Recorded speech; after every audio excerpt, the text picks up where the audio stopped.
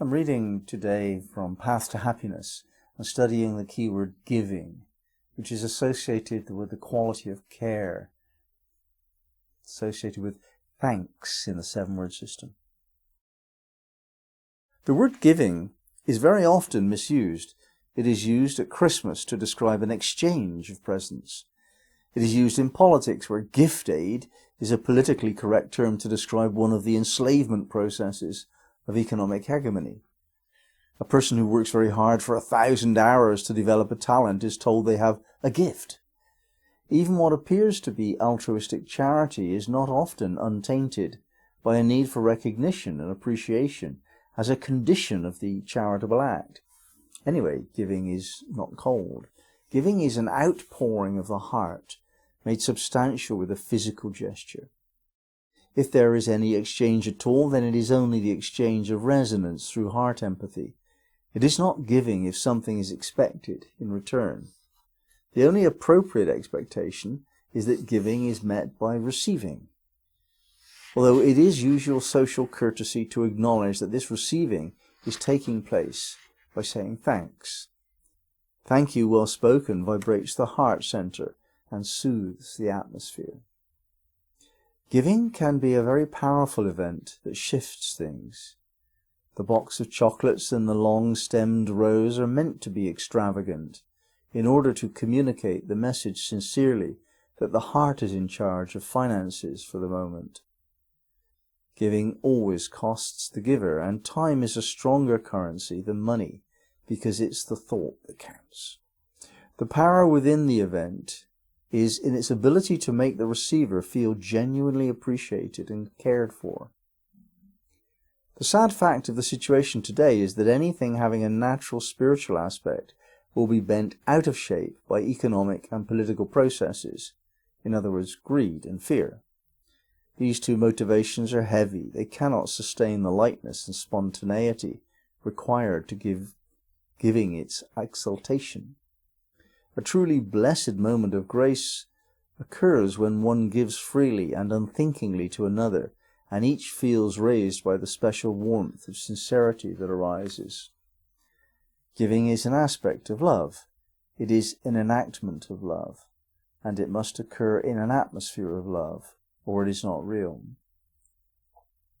Typically that which is given is in response to some scenario immediately unfolding, so therefore an important part of the gesture is timing and applicability.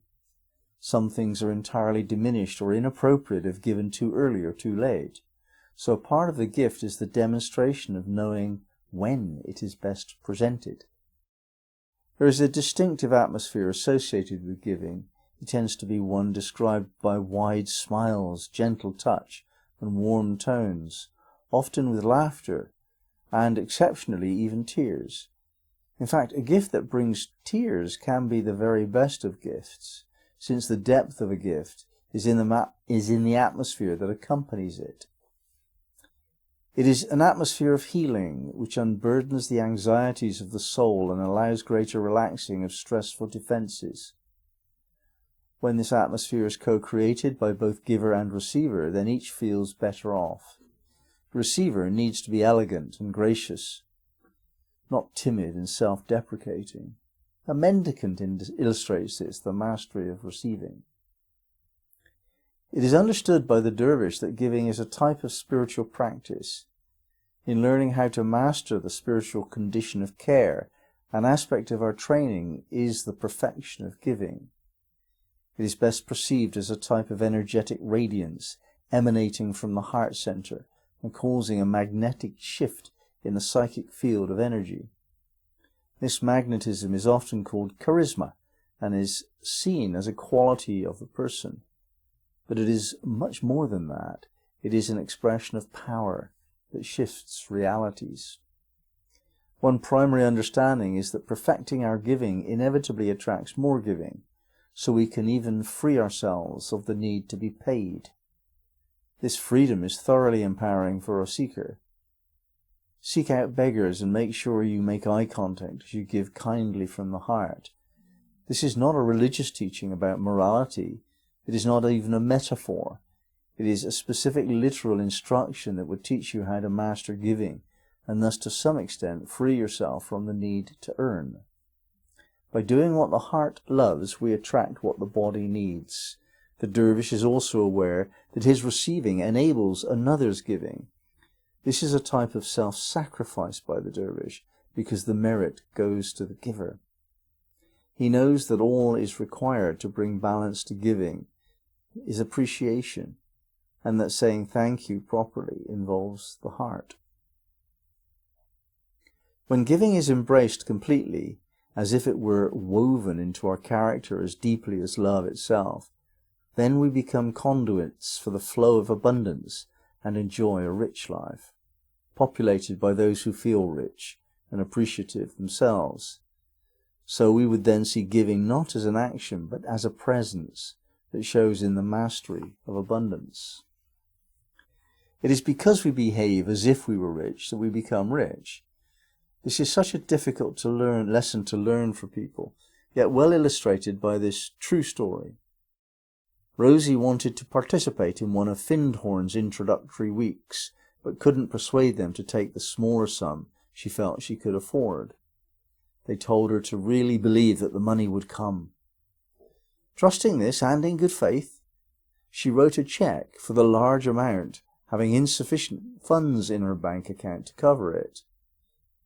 Then two odd things happened. The bank accidentally credited her account with the exact same amount on the exact day the cheque was presented for payment.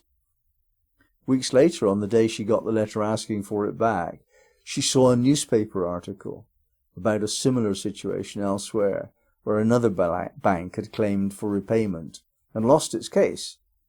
So she returned their letter and sent off the article with it, and heard nothing more from them ever again.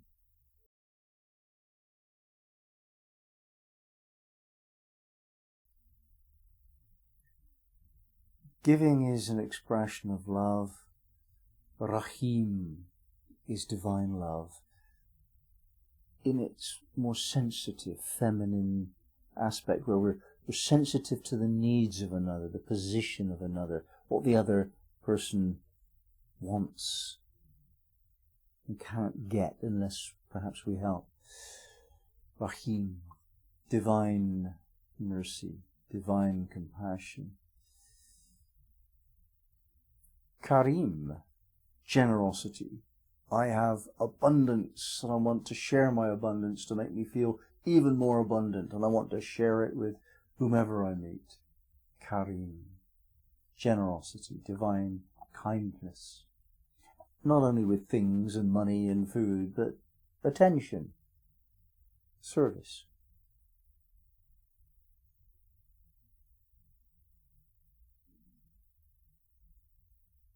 Ya Rahim, Ya Karim, Ya Rahim, Ya Karim, Ya Rahim, Ya Karim,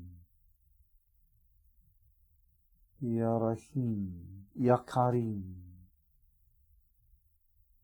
Ya Rahim, Ya Karim. Amen.